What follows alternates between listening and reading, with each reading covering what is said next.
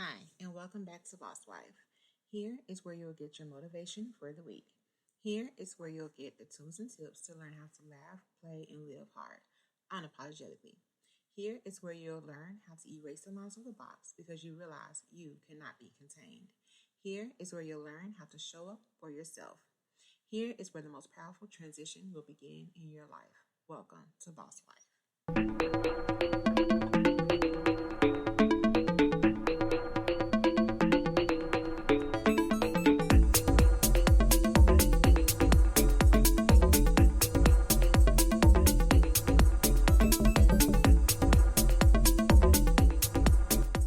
Hey guys, and welcome back to Boss Life. I'm so excited to be on here talking to you guys again this Tuesday night.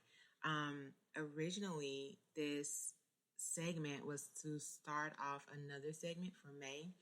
And so I was just in my studio and I was just like writing notes and, trying to sketch out what I'm going to say, how I'm going to say everything, and planning for my next podcast. And as I was writing notes, I was just realizing like this is actually just needs to be a podcast because it was so much that I was just kind of like, you know what, I'm not even going to deprive you guys of this whole situation.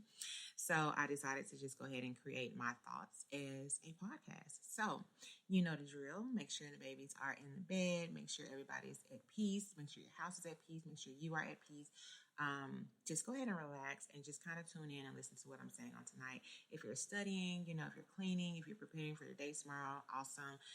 Just make sure you have no distractions so that you can take in everything that I'm saying and apply it to you, okay? So, please excuse me because I'll probably be sniffing and coughing and whatever. Everybody knows it's like allergy season and it's just terrible. So anyways, my thoughts. So I kind of wanted to explain why my podcasts have been going in a certain direction here lately. And I don't even think I can explain it because it's not me. Like I was just realizing like all of my guests here of lately or here of late have been either about weight, your health, childless women or women who can't have children, just I don't really know what God is doing. I don't really know who's listening, who's tuning in. I don't know who needed to hear this, where you are, or what you are doing, where you live, what's going on in your life. But I'm just so thankful that God is using me and using this platform to get his word across to those women who need to hear it. So starting out, normally I would say this is kind of like my word vomit, but I think I'm just going to say my thoughts, just kind of explaining my guests that I've had on here lately. So for May to be something totally different, of course, or we're probably already in May when you hear this, but May is actually my anniversary month, and me and my husband will be married for 17 years. So I'm going to kind of go backwards with the podcast. So yes, if you're listening now, we're probably already in May, and this is my anniversary month. So we'll be married for 17 years this year, and so for the month of May, I just kind of wanted to do couples and I wanted to do the boss wife in couples. So that is what that segment is about. And I'll probably post more in May because I kind of want to get them all out just during May. I don't want to go into June doing couples. So be looking out for those. They will definitely probably post. I'll probably post a little bit more often in June, which is very exciting because that means I'll be busy and I'll be interviewing people and I'll just be enjoying life because it's what I love to do. Next, so like I said, I'm going to go backwards. Okay, so after that, we have Miss Sherry Johnson who came on and she was talking about the awakening worth of women who can't have children and just kind of defining yourself for you and not how society says we should be. It's funny. I was watching this TikTok the other day and I wanted to kind of mimic it and do it, I'm just not really into TikTok, you guys. So it's overwhelming for me, like social media and all these platforms and just the dynamics of having to keep up with it and making sure you post daily and making sure you share stuff and, to keep your following and to build, like, it's just overwhelming for me. So I haven't, I downloaded TikTok. I started an account, girl, and then I kind of just deleted it because I was like, yeah, I can't do it. I love watching my kids on their TikToks. I love watching my best friend when she does her TikToks and her family. But that's not it. Like when I'm on Instagram, I'll scroll and look at theirs or whatever, but that's about it. So anyway, I was watching this TikTok and the girl was saying, she was just kind of defining women. And I was like, God, that would be so awesome if I could do that, like if I could remember and like do the words and whatever. But she was just saying that, how society deems women is, as a wife, you're judged if you treat your husband like a child, but we're still supposed to mother them. She was saying, um, on your job, like if you go on your job and you do as you're told, then you're like the perfect employee. But if you speak your mind and be assertive, then you're like the bee, because we're not supposed to speak out of turn. We're not supposed to take on initiative. It's up to a certain extent. But now, if you were a man, they would pat you on the back and be like, good job, go boy, whatever. She was also saying that, like, as a mother, if you don't have children, then you're not living your best life. Like your life is not fulfilled. But if you do have children and you work, then you're judged because you're not giving your children all of your time and all the time that they need and helping them to develop. But if you're a stay-at-home mom, then you're definitely not fulfilling your work because you're only a stay-at-home mom and you're not contributing to society. So we have all of these statistics and things that, oh my God, feed it into us as women. And, it's just like, it's overwhelming, and so having Miss Sherry on, listening to her, listening to also Miss Miss Jen Taylor talk about adopting and being infertile, it it was just kind of like, okay, God, like, I'm really not sure who needs to hear this, but let's talk about it. Miss Taylor talked about, excuse me, she talked about adoption and being infertile and, having 18 children. Like, first of all, I can't even get over that. But originally, I wanted to have 10 kids because I was the only child. And I was like, God, if I ever, get to have kids, I'm never going to do this to my children. They're never going to be the only child. And raising my four, my husband and I got pregnant 6 times and we lost 2. So we have 4. And raising my 4 just makes me so grateful that I did not have siblings. That's probably a bad thing to say, but I'm just so dead serious. Like, I could not have had siblings. And I just thank God for being the father in my life, the head of my life, because he knew off top, like, no, this girl needs to be the only child because she'd be in jail at an early age. So I couldn't be on murder trial at such an early age. So, he did not put me in that situation. I thank him for that. I do have a little brother, but me and my brother are 16 years apart. So I got to be the only child for 16, 17 years. And then so did he, So that's just, and it was probably to save my mom too, like, because I don't know what she would have did if she would have had to raise more than one child at a time. So, but anyway, like not a slight to my mom, but just to say that, God gives us what we need. He definitely knows us.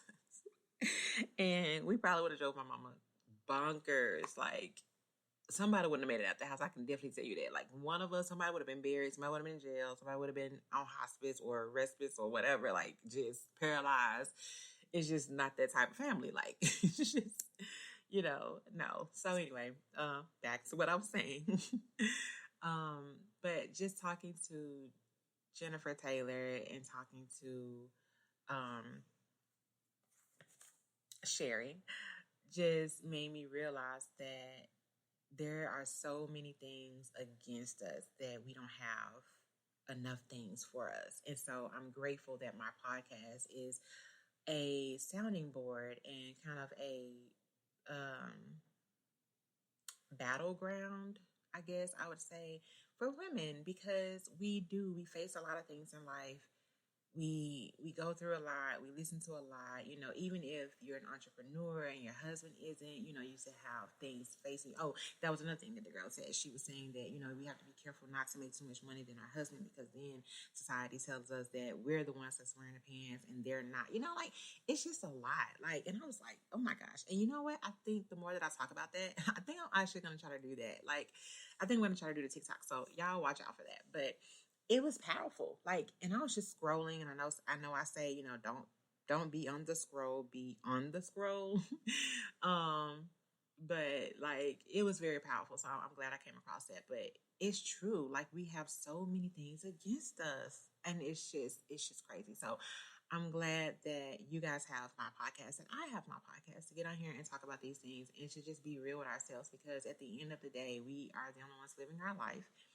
And I came across that saying at a very early age after I got married and having kids, and my family saying, don't have no more. His family saying, don't have no more or whatever. And I'm like, nobody else is raising these kids with us. Like, nobody is. Now, I'm not going to say nobody was helping, because my mama was definitely helping. My family was definitely helping.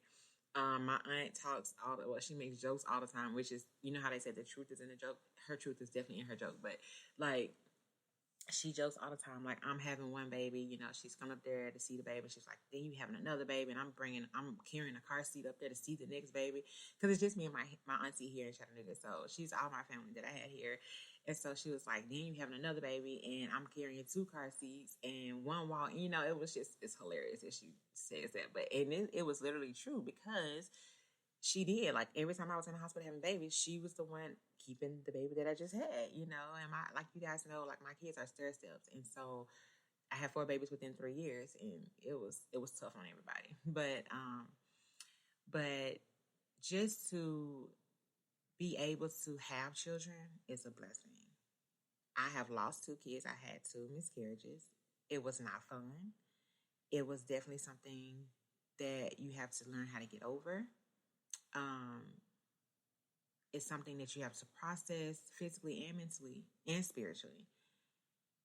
And I think I'm just going to speak on it very vaguely. I don't really want to get into it, but, I have friends who've had miscarriages. And it's hurtful. It's painful. It's definitely a mourning process there. Even though you don't get to meet the baby, even though you don't get to hold the baby, you don't get to, and some of us, let me rephrase that. You do. Some of us get to that end process where you actually have to have a stillborn birth. I have a family member who's done that before. Whew. I pray for those women who've gone through that. I pray for the women who actually had to have a birth and watched their babies pass. I know a girl who did that as well. And then, if you're in my situation where you just got a few weeks along, or, a few months along, and you lost a baby, you got to feel that first kick or the first flutter. And then you didn't even get to enjoy or name the baby, or if you start building for that nursery and then you lose that baby, like, the words behind it are non-existent. There's nothing somebody can come to you and say, oh, I'm so sorry. Even when I meet people who had miscarriages, like, all you can do is just listen. I'm here for you. I love you. You're not alone. That's all you can do for those women or us women. You can't just kind of put yourself in our position, because everybody's position is totally different. Sometimes our bodies just can't hold the babies. Sometimes it's us, and that's, I think, the hardest thing to kind of deal with miscarriages, is knowing it's not your fault, but it is, right? Because we can't control what our bodies do, and carrying another life is something that, first of all, only women can do, and second of all, it's one of the hardest things for your body to go through. So yeah, it's, I said I wasn't going to get deep into this, but it's hard. It's tough. It really is. And my heart goes out to all the women who've gone through this and who've heard or seen or lived through it. Even the husbands and the boyfriends and the lovers who have to be there to support that woman going through that. I really sympathize with you guys and empathize with you guys. Like, anyways, reach out to these women, that I've had on my podcast. If you need help getting through those moments, if you need someone to listen to you, or just someone to just look at you or hold you or, just listen to you breathe. Whatever you need, reach out to these two women, or me, or just lean on somebody because it's not easy. Been there, done that. So I also want to talk about adoption. We have, you guys heard of my podcast, I have people in my family that we have adopted in, and you would never know. Look just like us, act just like us. Actually, everybody in my family who was adopted in, since I was a kid to now, were adopted in at pretty much birth. Like, they were infants, so they didn't know, anything different until they got older. And then now my aunt, she adopted two little girls, and she adopted them in their preteen and teenage years. So, but it's no different. They blend right into my kids, my family, our family. And the only difference is that they know, like they've had a previous life to being adopted into family. So blended families aren't easy. They're difficult, and it takes a very strong village to have a blended family. And the one thing that I love the most about my family is that adoption and women who do foster care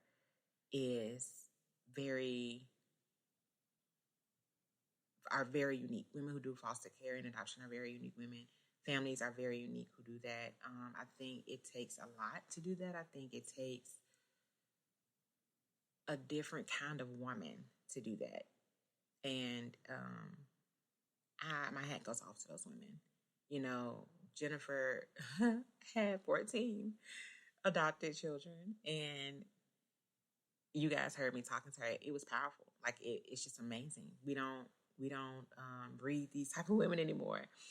One of my best friends, she does fostering, and she's definitely a different type of woman. Let me just put that straight out there. Like, even when I first met her, she had two little girls in her house. Well, they weren't little when I met her, but they were young, and she was fostering them. And first of all, I didn't even know that they weren't hers. First of all, second of all, watching her raise her children, I was in awe because she has the patience of God. Let me tell you, like, she does. And if she's listening, she definitely knows who she is. But like, it was just funny to watch. It was funny to watch. It was endearing to watch, or is to watch. And I learned so much from watching her. I really do. Like, last night I was watching her on Facebook, and she does this Dining with Diva Facebook thing because she's a cook, and she's a very good cook. So if you guys need any food, hit her up. Ayana Yancy. And she was just on one of my podcasts here recently, the very first one for the couples, The Confident Spouse. But just watching her and her kids, it's like, it's that agape love, definitely. Because watching me, you don't want to watch me. I yell, I fuss, I scream, I throw stuff, I hit them. I'm like, dude, like, get yourself together. And don't be gasping for air because, we have all different types of moms. But, and I'm not going to explain myself, but we were all raised our children totally differently. And I'm not saying she does not discipline her kids. I'm just saying I personally can probably count on like 5 fingers how many times I've seen her discipline her kids. So I'm not saying she doesn't do it. I'm just saying I personally don't see it that often. And when I say discipline, I mean like she doesn't scream or raise her voice, or I haven't seen her like spank her kids or whoop her kids. I'm not saying that she doesn't. I'm just saying I have never seen it, and I don't really think any of my friends have seen me like whoop my kids or spank my kids, but they've definitely heard me yell at them. Like I'm just that mom. I'm like, dude, like, now this is it. Like, I just don't have the patience.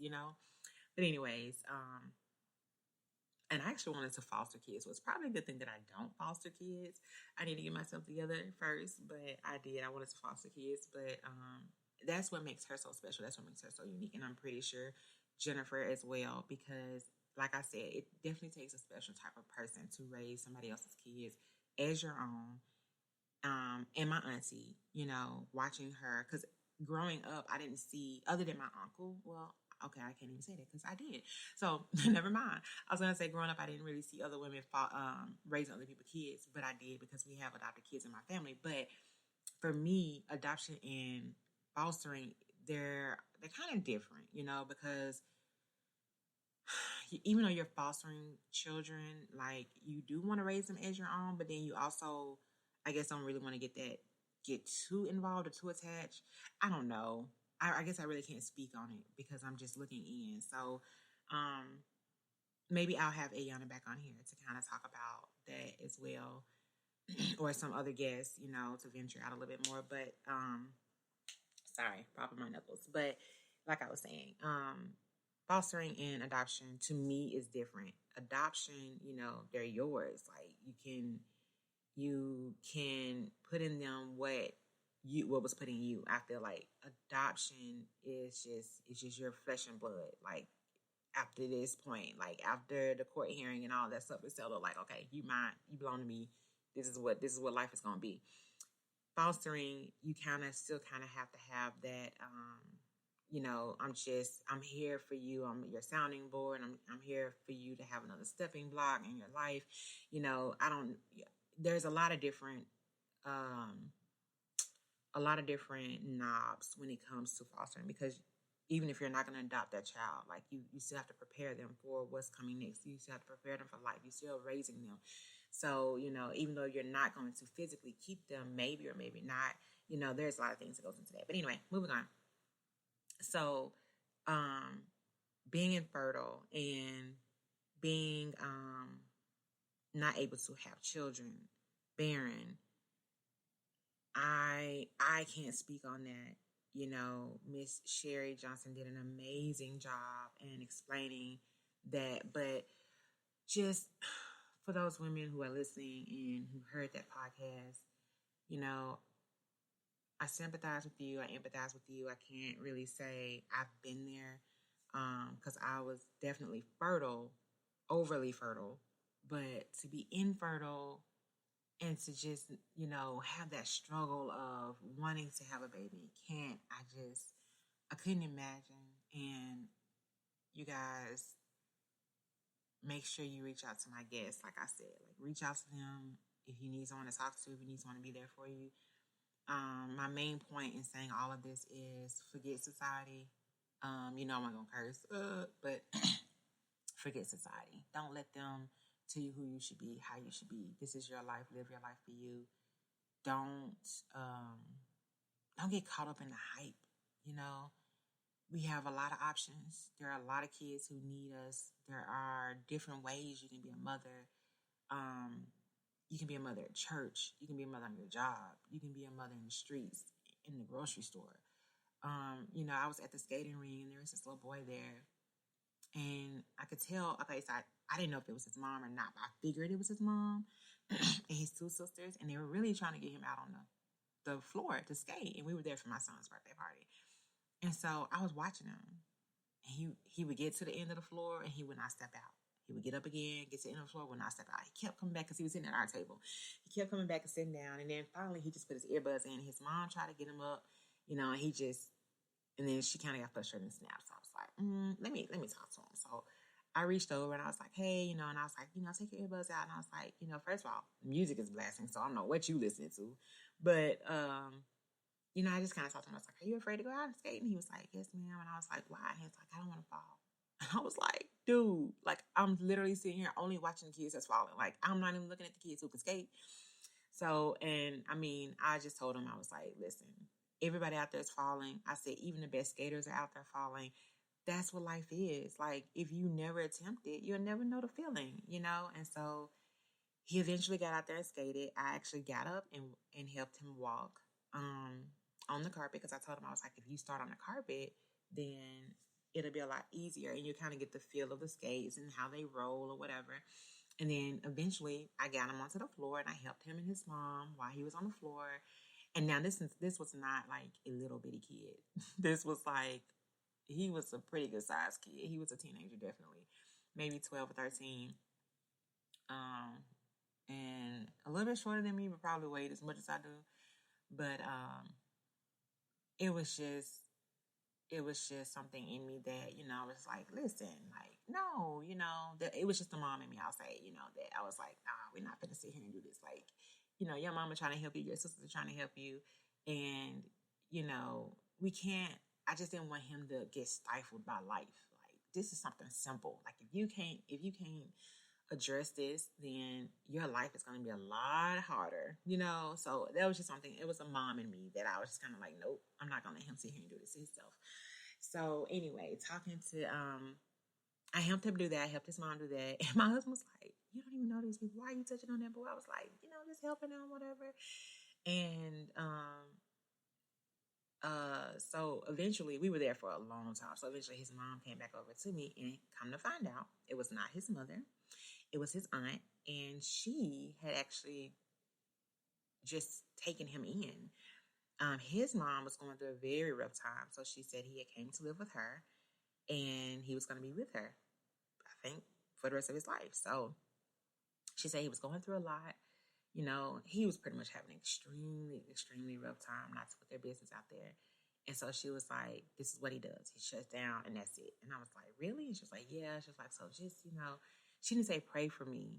And she was just like, just keep me in mind, just thank you for, everything that you said to him, and help me get him out there, whatever. She was just like, it's rough on me. It's hard on me. It's hard. Because she said, I think she takes care of her parents or something like that. So she was just like, he's just dealing with a lot. She's like, dealing with him is a lot. So I was like, I would definitely be praying for you. And I kind of got the fact that she definitely purposely didn't say prayer. So I purposely said prayer, because I was like, dude, some things we can't do. Only God can do. But that was just something I definitely wanted to mention to you guys. Like, there are so many ways we can mother and raise people's children and our children. And, and the funny thing is, I've heard so many times throughout my life, other people's kids are going to treat you a whole lot better than your own. There's no slights to having kids, but it's just, some people, that's just how some people feel. And at the end of the day, we all know that. Like, so we have friends that treat us better than our families do. So, I know there's a void there for women. I know there's a feeling and a need that we have to fulfill, and there's a way to fulfill it. There's definitely a way to fill that void. It just may not be naturally, and that's okay, right? That's okay. So anyway, that's my blurb on children and childbearing and infertileness and fertileness. And just to be honest, if I would have had 10 kids, y'all, I don't know what I would be. And I said it right. I don't know what I would be. But I thank God for being ahead of my life, like I said, because he knew exactly how many kids I needed. Even when I was getting pregnant, my doctor was like, Ebony, we cannot do this again. Because my body just, it just wasn't doing well at all. I was mentally fine. I was like, I can do it. He was like, no, you cannot. The last 2 babies, that took me up out of here. But, and I mean, literally. So he was like, yeah, no, we got to tie your tubes. He was like, you cannot get pregnant again. So I was like, all right. So that was that. That was that end of my era of having kids. And just, guys, like I said, being a mom, being a mother, there's so many different ways you can do that in life. So many different aspects of being a mother. Don't allow society to put on you what they want.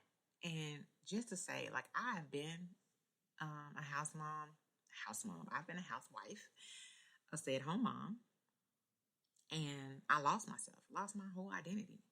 And no, let me rephrase it. I didn't lose my identity. I put it in the closet and closed the door and cut the lights out. I didn't lose it. I just put it aside and forgot it. And that's what we do. We don't lose who we are. We just give ourselves up. And that's not fair. I give kudos to my best friend because at the moment I think she realized that she had put herself on the shelf. She was like, nope, let me take it off and dust it off and figure this thing out because I'm not going to allow this to happen. And I watched her go through that phase and I admire her for that. You know, she never once.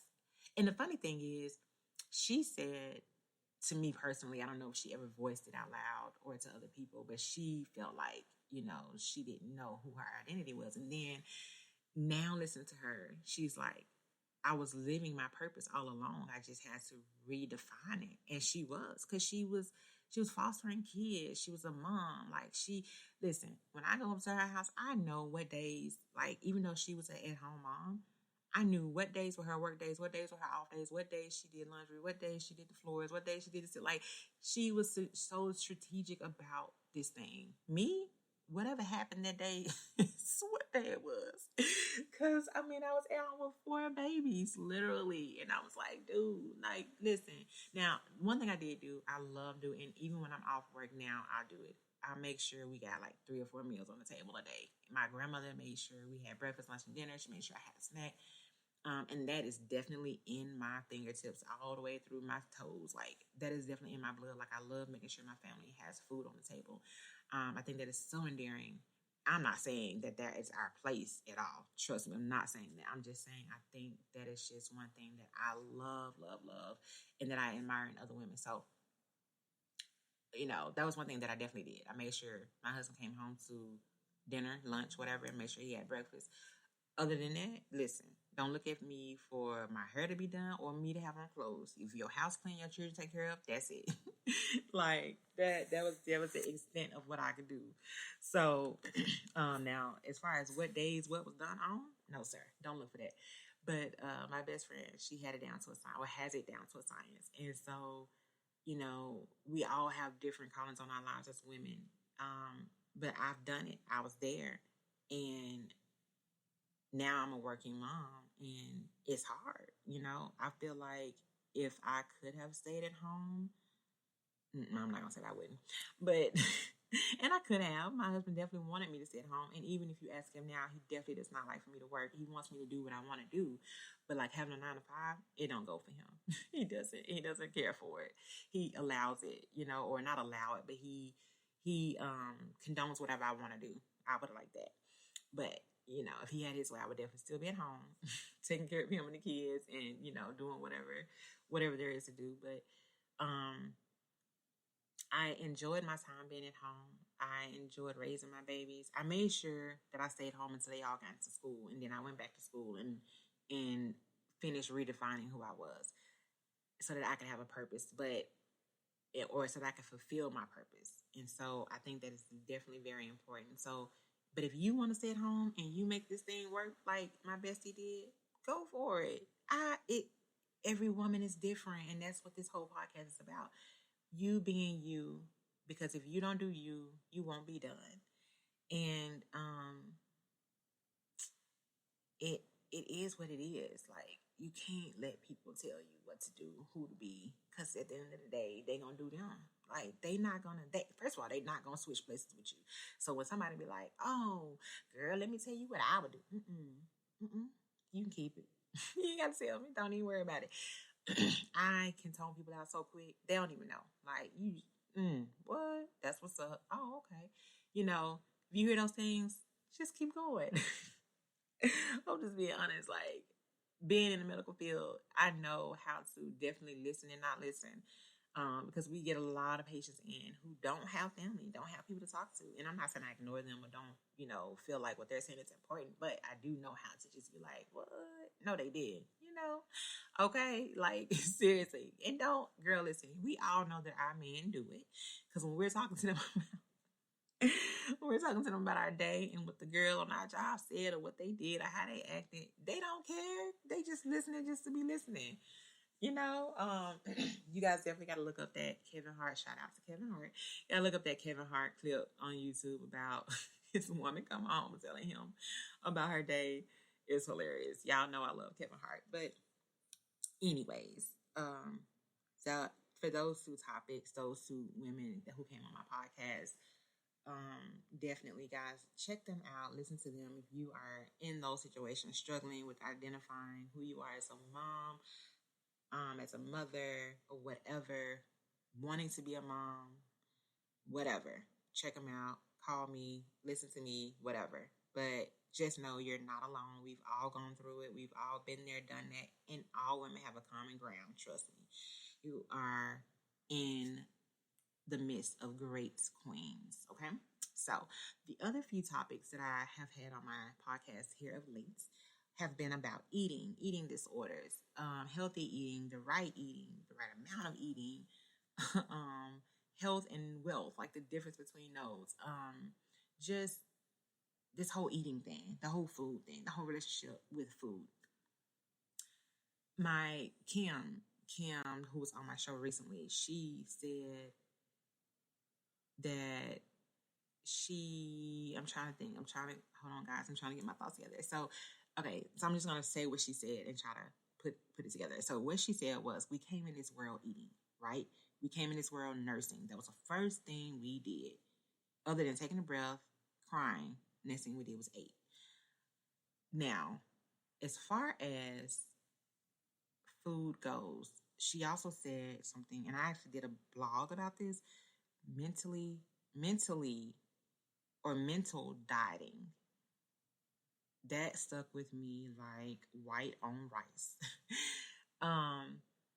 So we came in the world eating. That was the first thing we did. So that in itself bonded our relationship with food, right? My mom told me as a child, and now, you don't live to eat, you eat to live. And it's a struggle. I know you guys have seen me through my process. I didn't talk about it. I still don't want to talk about it. I'm not ready to talk about it. But I know you guys have watched me from day one to now, and you've noticed a seemingly amount of weight that I have lost. I don't want to talk about it, so I'm not going to talk about it. But for me, my food journey is the biggest struggle of my life, and it has been for the past 16 years, 17, no. 15 years. Because my first two kids, I bounced right back. My weight went back right back. My body went right back. Them last two, child. No, it didn't. And you guys know, I used to model professionally as a kid, and then all the way up to adulthood, and then having kids put a very fast halt to that. And that was it for me. Like, my whole identity was in modeling. And I don't really want to say my whole identity was in modeling, but I think because when I got married, I was still a kid. I mean, we were 18. Like, my mind was definitely not through developing. I didn't know what I wanted to do with my life. And at that point, I felt like modeling was my life. And I felt like that my life ended. And it came to a fast halt. Like, I didn't even have the time to make the decision to end it. I feel like now, by just now saying that statement and hearing it out loud, I had the decision. I could have made a decision not to have babies back to back. I do not believe in birth control personally. I don't believe in contraceptives because I feel like when you get married and you're with your spouse and you're having sex or making love or whatever, that's what it's for. It's for enjoyment. It's for making babies, like, and I just, FYI, I just don't like them. But anyway, so I definitely could have said, I don't want to have kids right now. We both could have made that decision. That first baby was a slip up. Second baby was definitely a slip up. Third baby was like, okay, yeah, we're not using protection. We're not doing birth control or whatever. And then also the fourth. So, they weren't planned. I could have done better. Definitely. We could have done better if I have chosen to do it. Like I said, we didn't. But I don't regret it, but my body just didn't bounce back. So I felt like that was it. That was it for me. I couldn't redefine myself. Watching myself grow outward instead of upward, was devastating. My weight was devastating. It had the biggest hold on me. I felt like I couldn't even go out for a good job interview because of what I looked like. I felt like nobody would hire me. And then not to mention, like, I was kind of being told that. I'm not gonna say about who. Like I was being told, you have to look a certain way to get a certain job. You have to look a certain way to apply for different positions. You have to, be a certain size. Your hair has to be a certain way. Don't go out there looking like this. Don't wear your clothes like this. Wear this type of style. And now a lot of that does come from fashion. Because when you are a certain size, you should be wearing a certain size, and you can't wear, like, even though you're a plus size girl, like, you can't wear baggy clothes, like your clothes can't be too. It was a lot. It was a lot. I don't want to get too deep into that either, but being plus size definitely put a hold on my life. And then so I turned to eating even more. I was listening to Pastor Todd the other day, and he was saying that he's always struggled with his weight. And he was saying that God told him, your physical body can only take you to a certain level. He was like, God was telling him, and not in these exact words, I'm paraphrasing, of course, but he was just saying that, in other words, his weight was holding him back from his anointing. You got the anointing, but you don't have the health, not the size, the health. And it's hilarious because he was talking just like I was talking to Kim about this. Like, when I'm happy, I ate. When I'm sad, I ate. When it was time to celebrate, we eat. When you're sitting around the house and you're bored, you eat. Like, your relationship with food matters. And that comfort level matters. You can't get so comfortable with food that it's your best friend, it's your go-to, it's your number one. It is not. Like, your food is here to sustain you. It's here to keep you healthy. It's here for you to enjoy. Yes. Kim also said something that stuck with me. She said, in so many words, don't deprive yourself, right? And when we're dieting, that's what we do. We starve ourselves. We deprive ourselves. We reject things, and we tell our bodies, no, you cannot do this. You cannot have that. Kim said, there is a healthy way of eating what you want and not putting yourself down for eating it. Like, you can have a piece of cake, you can have a cupcake, you can have a Snickers, you can have a Three Musketeers. These are all my favorite things. You can have everything that you like to eat. You can have those hot ones, you can have those French fries, you can have that pizza, and you can enjoy the moment that you eat it in. There's just something that's called indulging. Don't do it. There's something called overeating. Don't do it. Don't use those things as crutches. Don't use those things as uppers. They're definitely downers. And now that I'm going through this whole transition with my weight, when I eat certain things, oh, I feel horrible. Oh my God. Because I've only been eating vegetables. I've only been eating lean meats. I've only been, doing, I've been cheating. I have been having my coffee. But I've only been drinking certain things. And so now when I put something in my body that I feel like, oh, I deserve it, oh, I feel awful. And I'm not saying mentally, I feel awful physically. So now that I know what my body likes, what my body doesn't like, I know what I can tolerate, I know what I can't tolerate. Like this Sunday, we went downtown, took the kids downtown to walk, and I ate ice cream. For the first time, I didn't feel bad. And I mean physically, not emotionally or mentally. Now, I don't know if it's because we were in the midst of walking while I was eating it or what made the difference, but it didn't make me feel awful, But that really resonated with me when Kim said, you can eat and eat what you want to eat and not be so down and hard on yourself and then feel like you got to go to the gym for the next 10 hours to work it off. There's a certain thing called moderation. And so that's what I've been training myself and teaching myself and redefining in my life is moderation. Everything has to have a definite measurement, whenever you're taking in things. And that goes for everything in life. Everything has to have their proportion. But just realizing the fact that Todd said, your body can only take you as far as a certain level. Like, woo, that was powerful. That was deep. And I took that for myself. Like, you know what, Ebony? That's true. I have my own platform. I'm trying to do my own thing. But most of all, I want to do what God wants me to do. And first of all, I want to do what God wants me to do.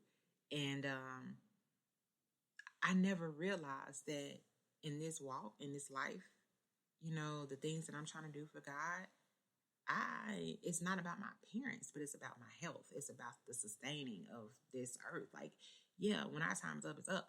But while I'm here, I want to fulfill whatever God has for me to fulfill. I want to do whatever I need to do to help you guys to be there for my children.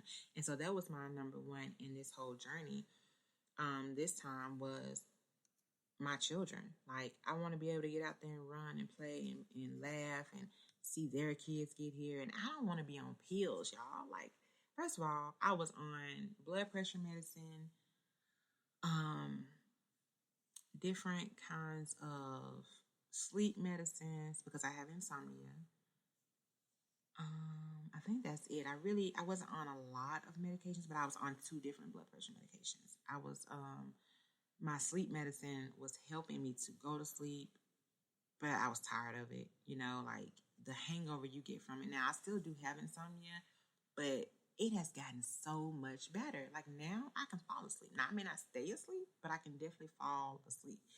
I don't have nights where I'm up, you know, for 3 or 4 days straight anymore. My body can relax. I don't wake up hurting. And that also contributes to the food that you eat, not just because you're overweight. But, you know, my relationship with food is it's a struggle. And having these women on talking about the difference between health and wealth and talking about the difference between overeating and indulging and under eating, you know, the different diseases we can have with eating disorders. Not insomnia, but bulimia and anorexia. When I was a kid, I dealt with that. Ooh, did I deal with that? Because I was modeling, and you have to have a certain size, right? You have to be a certain size. And I remember one day my brother called me and he asked me, my play brother, not my little brother, but he called and asked me what I ate that day. And I said some crackers, and he was like, Ebony. He was like, you're already too little. He was like, you cannot keep doing that to yourself. And for some reason, that conversation has always stuck with me. Like, I don't know if he knew I was purposely starving myself, but I remember him always coming to get me to go get something to eat. Like, because my mom was not a cook or is not a cook. So we ate out a lot, or we ate, you know, steaks a lot, or, you know, just kind of quick stuff or whatever. We didn't really cook a lot at home ever. No slice of my mom, because she can definitely throw it down on some keto food, you know, and some steaks. She can grill some stuff. She can grill up some stuff, but that kitchen, you know, she's gotten a lot better though. Love you, mama. But you know, but he would always come, you know, and call me and say, hey, you done ate dinner, you done did this, you done did that. And he was a big supporter. He just didn't know what I was dealing with. But, or if he did, he didn't ever like come out and say it. But as women, again, society tells us we have to do a certain thing, and that's what we do. And that's hilarious. Like, raising my kids is devastating that they don't take what I'm saying for granted. Like, take me for granted on that. You know, when I tell you you're beautiful, you're beautiful. When I tell you your body is perfect, it's perfect. I hate the fact that I've watched the light go out of my baby girl's eye, because when she came in this world, y'all, you couldn't tell how she wanted the stuff. She would get in the mirror and literally pose and be like, send this to me, mom. Send this to me, mom. And I'm like, baby, you naked, I can't do that. So then she'll go put on some panties. She's like, okay, you can send it to me. Like, I'm like, girl, you know, my mom was like, this is child porn. It was hilarious. But I mean, just the fact that she loved looking at herself, and she thought she was the stuff up until like middle school. And then she went to school and it got taken from her. And it does, you know, and I'm not going to say it's something that we give up. At that age, it gets taken because we are immersed into the sea of different upbringings, into different parenting styles and different homes and different environments. And so we don't realize at that age, at middle school, we don't even, and it's probably starting earlier than that, but I saw it go out in middle school when she got to like fifth, about third and fourth grade, I think. Definitely fourth grade is when I started to see it disappear, because at this point is when the girls are saying, oh, I look like this, oh, I look like that, or you look like this, and they start making fun of each other because of whatever's going on at home, because talking about each other is definitely a taught trait. I was not taught that at home, so growing up, I did not do that. I did not talk about people. I did not put people down because of the way they look. So women, if you are listening, if you have more than one kid at home, and you hear your kids making jokes about each other and talking, stop it immediately. Let them know, listen, that is not funny. It is not okay. Because when they go outside the home, they do it with their friends, and then their friends do it, and it's it's a thing. And what I always teach my kids is we never know why kids come to school the way that they come to school. They may not have the funds, they may not have the means, they may not have the support that you have. Like now I have 4 kids. I'm not finna buy all 4 of my kids every pair of Jordans that hit the market. First of all, if I could, I still wouldn't because they feet grow like weeds and my babies are still growing. And that's what I tell them. Like, if you want Jordans, you ask your grandparents. They got two sets of grandparents. I'm like, ask your grandparents, ask your auntie. That's it, pimp. You ain't getting them from me because every week they feet are different size. But seriously though, like I tell them, like, you cannot judge a book by its cover. I don't even think my kids even know that saying. I don't even think people say that anymore. But we need to. Like, don't go to school and make fun of people because you don't know what they're dealing with at home. And you don't know what the support they have at home. But anyways, like I was saying, like if I could buy my kids everything in the world, I would not, because they need to realize, listen, life, first of all, nothing in life is going to be that easy. Nobody in life is going to give you something just because you ask for it. But second of all, you have to know the value of things. And so my oldest daughter, her favorite thing probably every 2 months, and I'm not even joking or exaggerating, she comes in here and she says, I don't have any clothes. Me and my husband look at each other. I try not to overreact and not say, what? I don't have any clothes. What do you mean you got no clothes? You just went and bought some clothes like a few weeks ago.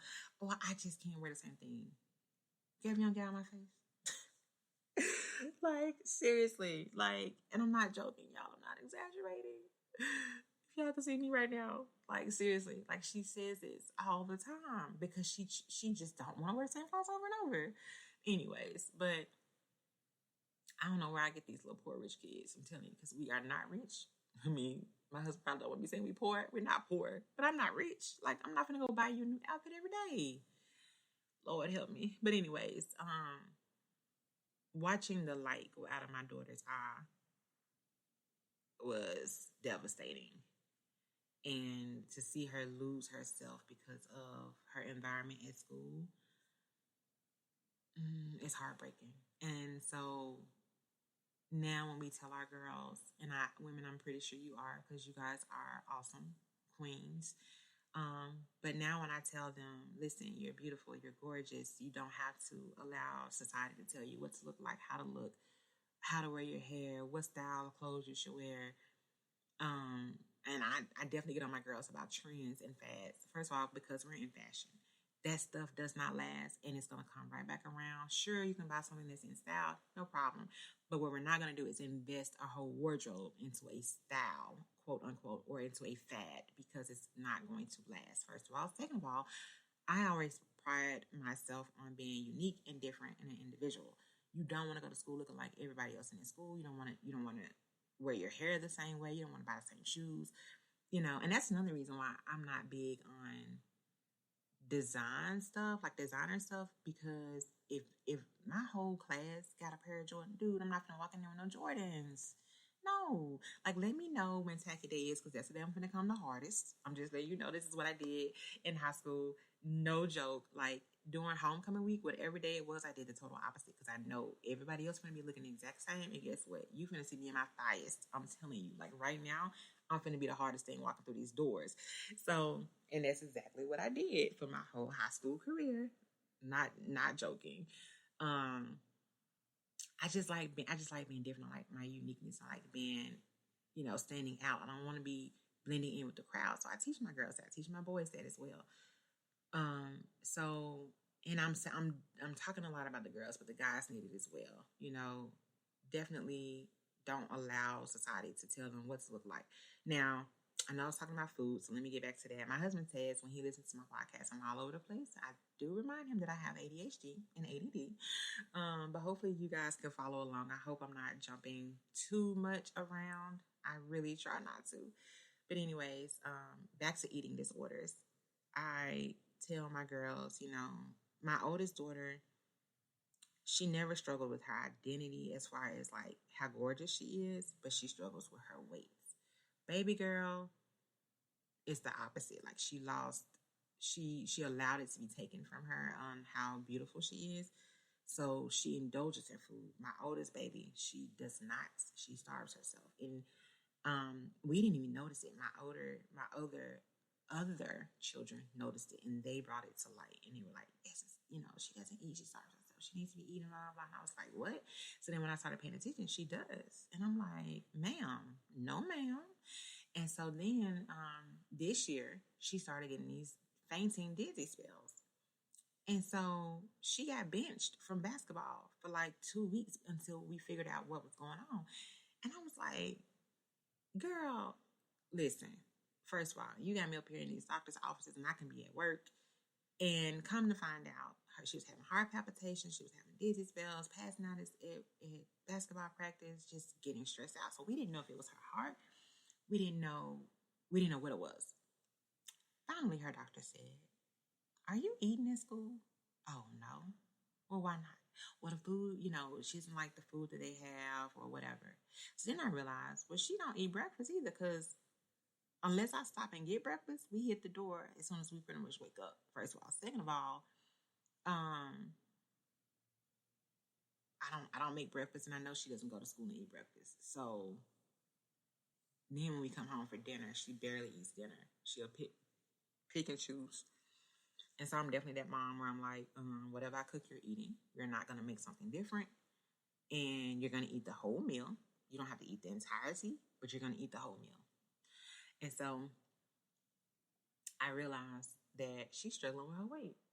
And I'm like, if this ain't about a blimp, y'all, my girls are gorgeous. Their bodies are perfect. And I'm sitting here beating this into their heads and they're not getting it. This all ties into our relationship with food, but it's crazy. Like, it's just crazy. But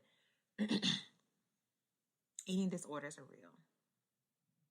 The way we view ourselves and our bodies are real. I've been on both spectrums, and I'm just now getting to the point where I am mentally dieting. Let's get back to that. So mentally dieting for me means I'm not depriving my body physically of food. I'm mentally preparing myself about what I'm going to eat, what I should eat, what I shouldn't eat, and why I shouldn't eat stuff. Not just because it's unhealthy, quote unquote, but because of the way it makes me feel, because of how I want to feel, because of how I want to look. My best friend mom said something to me a little over a year ago, almost 2 years ago. She said, "Ebony, you deserve to look the way you want to look." Something so simple. Now, my mama, she got on me all the time about my weight.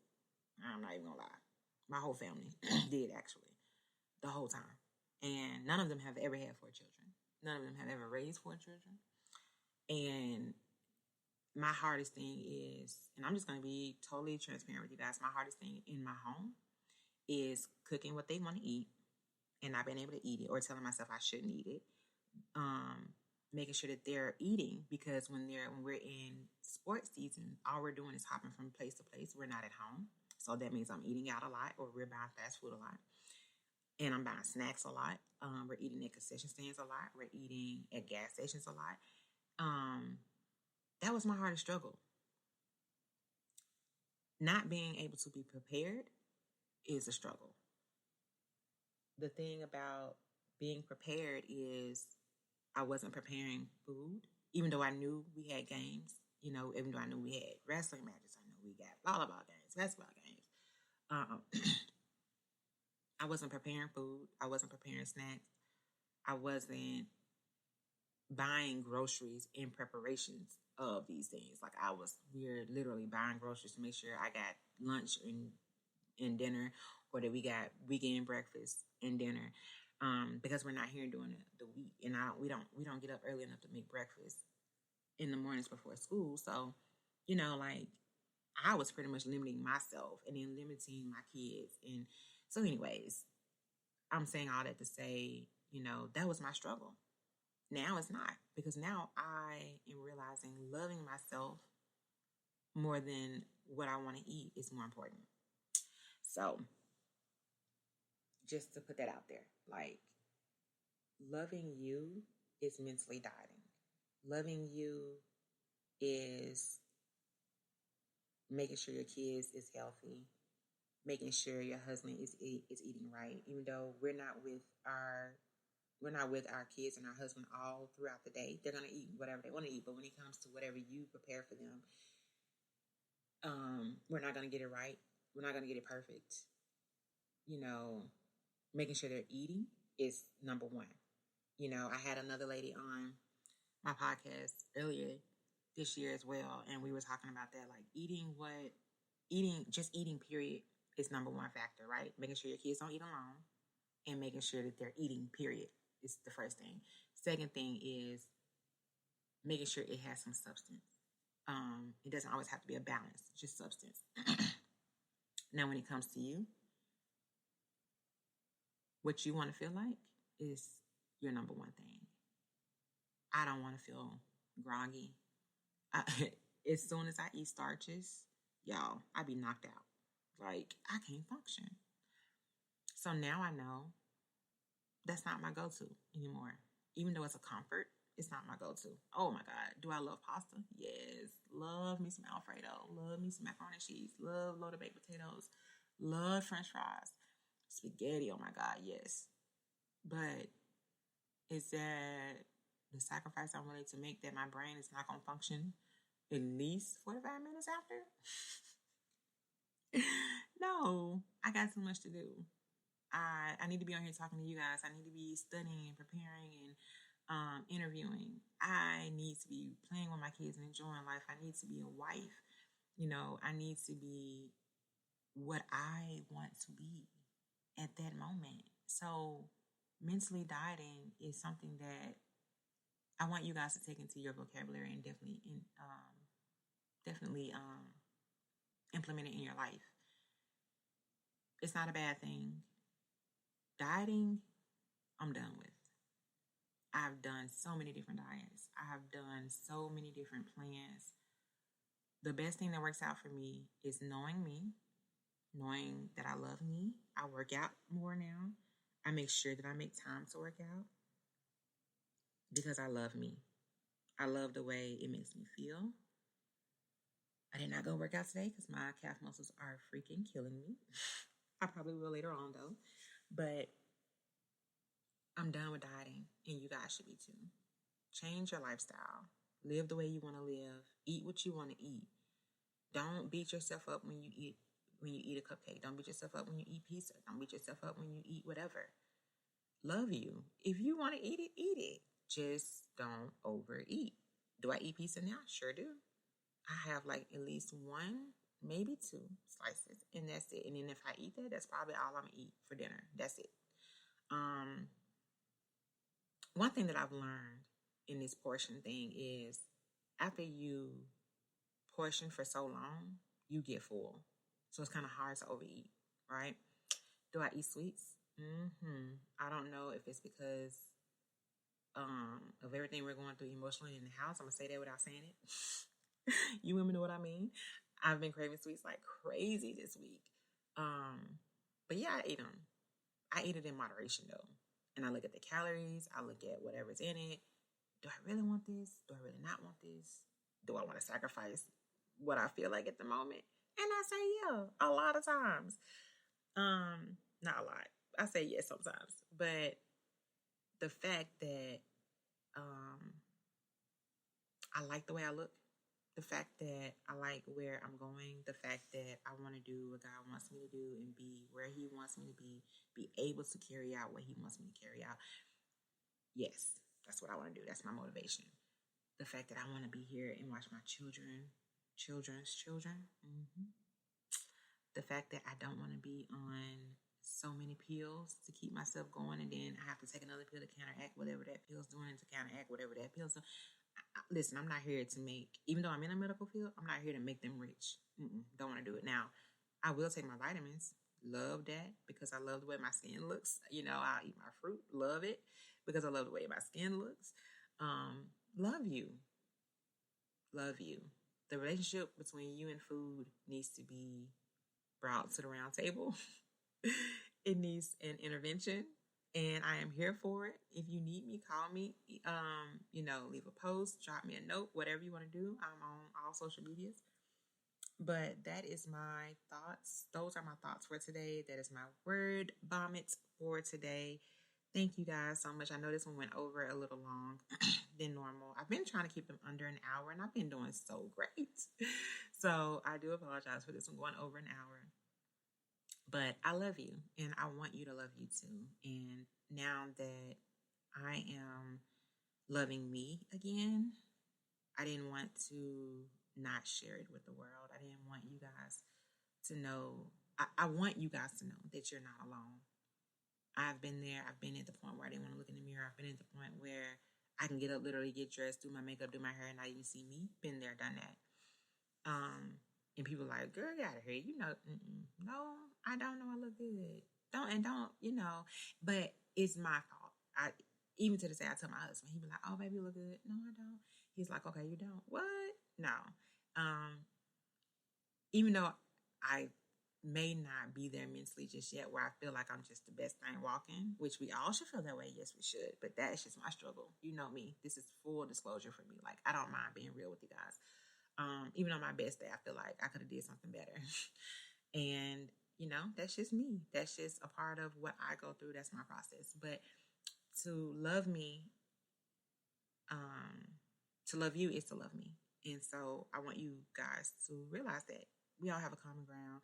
When somebody gives you a compliment, don't shoot it down. Just take it. Even though we all probably 90% deal with that same syndrome. I don't even know. We need to come up with a name in it. We need to come up with a name for it. But there is a syndrome that we have. But like myself-itis or something. I don't know. But just take the compliment. Even if we don't believe it, just take it. Oh, thank you. Don't say nothing else behind it. Because eventually you'll start believing it too. Eventually, it is what it is. We are who we are. We look like what we look like. We can add, we can take away, we can enhance, we can dehance. And trust me, I am not the one to say, don't do this, don't do that to your body, blah, blah, blah. Girl, whatever makes you feel beautiful, do it. Get that BBL, get that breast reduction or implants, whatever you want to do. But please believe, like I said earlier, everything is supposed to be done in moderation. Please keep that in mind. Portion size, measurement size. But for these plus size women out here, trust me, like, you are gorgeous. You are beautiful. You are who you are. God created each and every one of us in his image. So love you. My thing was, I was unproportioned. Like, you see these big, beautiful, gorgeous, voluptuous women, and they love every inch of their body. You be like, can I get some of that confidence? But they're proportioned, right? I just feel like because I was not proportioned, this is just not who I am. And it's true. Like, every bone structure, every body structure is totally different. So you know what size you're healthiest at. Everybody knows your healthiest weight. And that's all I'm saying. Now, that's all I'm saying. That's all I'm saying. I'm not saying anything about a certain size. I'm not saying anything about a certain weight. Love you, be you. Because we are all created in God's image. And I'm sticking with that. I'm just saying, for me, I know what's my healthiest weight, and I was not healthy at the weight that I was at. And so I made a difference. I made a choice, and I'm sticking with it this time. I'm sticking with my life change, and I want you to do the same. But anyways, I don't want to start repeating myself. So there is a difference between health and wealth, and that is what we were talking about tonight. We want to be healthy, yes, but the wealth side of it is your reason for your health. Like, I said my reason for my wealth is my children. I want to do whatever God has me to do. I want to love me. I want to be happy. So that's wealth, right? Wealth isn't just money. Wealth isn't just status. Wealth is what you make it. And if you look at your life, whatever you have the most of is your wealth. Like family, that family time, that's wealth. It can't be bought, right? Wealth cannot, you can't put a price on wealth. It can't be bought. The family time you have with your babies, with your spouse, with your mom, with your brothers and sisters, it's wealth. You can't put a price on it. Your health, you can definitely put a price on it because the pharmacy market does, insurance does, your doctors do. So deduct that. Like, no, your health should be free. Free. You should be healthy. Be healthy the way that you want to be healthy. Redefine their relationship with food. Redefine it. Take it to the table. Take it to the board. You know, just think about it. Like I said, we came in this world eating. That was our first relationship with our mom, was food. You know, they say the way to a man's heart is through his stomach. Everything is around food. But the U.S. is the most unhealthiest, overweight country. There is a reason, and it's not just because the other countries don't have access to it, to what we have. That may play a part in it, but some countries do, and they choose to do things in moderation and proportion because their health is in. Excuse me. Their health is in other places. It's not in food. The United States, I think we're the only country that puts so much on food that it's just, you know, it's just this huge thing. Now, yes, it comes from our heritage. Yeah, definitely. Because that was one of the things that brought us together at the end of the day. Yeah. But the funny thing is, and this is my last point, guys. The funny thing is, our grandparents and their parents, they lived a whole lot longer than we doing now. And they use lard. You know, the thing, oh my God, we're not supposed to use it anymore. They used to cook with lard. And they outlived us. Now that should tell you something. They didn't overeat. They portioned, you know, they use measurements mentally, because I don't know no grandmama that use a measurement cup. But and I did say grandmama, now nanas and me mom say probably do. But them grandmamas, it was all mental and it was all love. Food is made totally different than it used to be made, you know. So just think about that. Redefine your relationship with food. Redefine your relationship with your health. Redefine your relationship with wealth in your life. What are you deeming as wealthy? Don't allow society to tell you who to be. Be you. Because if you don't do you, then you won't be done. Thank you guys so much for listening to my podcast. I love you. You know where to find me at. I'm on all platforms, everywhere. Anywhere you listen to music, I'm there. Like, share, subscribe, and comment. Let me know what you thought. Let me know what you think. If you want to hear something different, let me know. If you want me to bring on certain guests, let me know. I love you guys, and I will see you